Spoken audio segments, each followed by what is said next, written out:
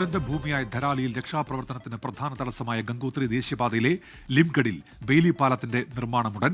നിർമ്മാണ സാമഗ്രികൾ പ്രദേശത്ത് എത്തിച്ചു. ലിംഗഡിൽ നിന്ന് 24 വാർത്താ സംഘം തയ്യാറാക്കി റിപ്പോർട്ടിലേക്ക്.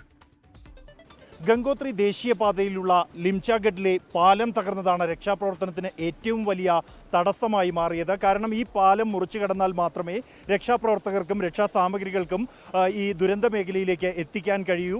ഇപ്പോൾ ഇവിടെ ഈ പ്രദേശമെല്ലാം തന്നെ വൃത്തിയാക്കിക്കൊണ്ട് ബെയിലി പാലത്തിൻ്റെ നിർമ്മാണത്തിനുള്ള ഒരുക്കങ്ങളെല്ലാം പൂർത്തിയായിരിക്കുന്നു. ഇവിടെയെല്ലാം തന്നെ വലിയ കല്ലുകളും മറ്റും കൊണ്ട് നിറഞ്ഞിരിക്കുകയായിരുന്നു. നേരത്തെ കുത്തിയൊലിച്ചെത്തിയ മലവെള്ളപ്പാച്ചിലിൽ ഈ പാലം തകർന്നു പോവുകയും ഇവിടെയെല്ലാം അവശിഷ്ടങ്ങൾ നിക്ഷേപിക്കപ്പെടുകയുമായിരുന്നു. ഇപ്പോൾ അല്പസമയത്തിനകം തന്നെ ഈ പാലത്തിൻ്റെ നിർമ്മാണം ആരംഭിക്കും.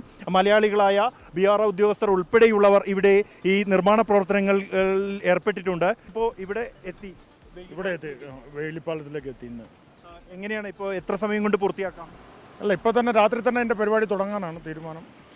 എത്ര സമയം എന്ന് കണക്കാക്കും? നാളെ വൈകുന്നേരത്തിനുള്ളിൽ പണി തീർക്കുമെന്നാണ്. ഇനി ഇതിൻ്റെ മുകളിൽ വേറെ എന്തെങ്കിലും തടസ്സങ്ങളുണ്ടോ? ഇതിൻ്റെ മുകളിൽ ഇവിടുന്ന് ഒരു 5 കിലോമീറ്റർ അപ്പുറത്ത് റോഡ് ഫുള്ള് പോയിരിക്കും. 150 മീറ്ററോളം റോഡെല്ലാം പോയിരിക്കും. അപ്പോൾ അതെല്ലാം ഇനിയും ഫില്ലായി എല്ലാം റെഡിയായി വരണം. ഇത് കഴിഞ്ഞ ഉടനെ തന്നെ പെട്ടെന്ന് തന്നെ അതും ചെയ്യും.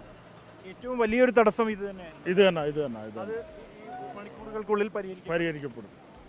ഏറ്റവും വലിയൊരു തടസ്സമായി ഒരു വെല്ലുവിളിയായി മാറിയത് ഈ ഒരു പാലം തന്നെയായിരുന്നു. 40 അംഗ സംഘമാണ് ഈ ബെയിലി പാലത്തിൻ്റെ നിർമ്മാണം പൂർത്തിയാക്കുക. അതിനാവശ്യമായ തൊഴിലാളികൾ അടക്കമുള്ളവർ ഇവിടെ എത്തിച്ചേർന്നിരിക്കുന്നു.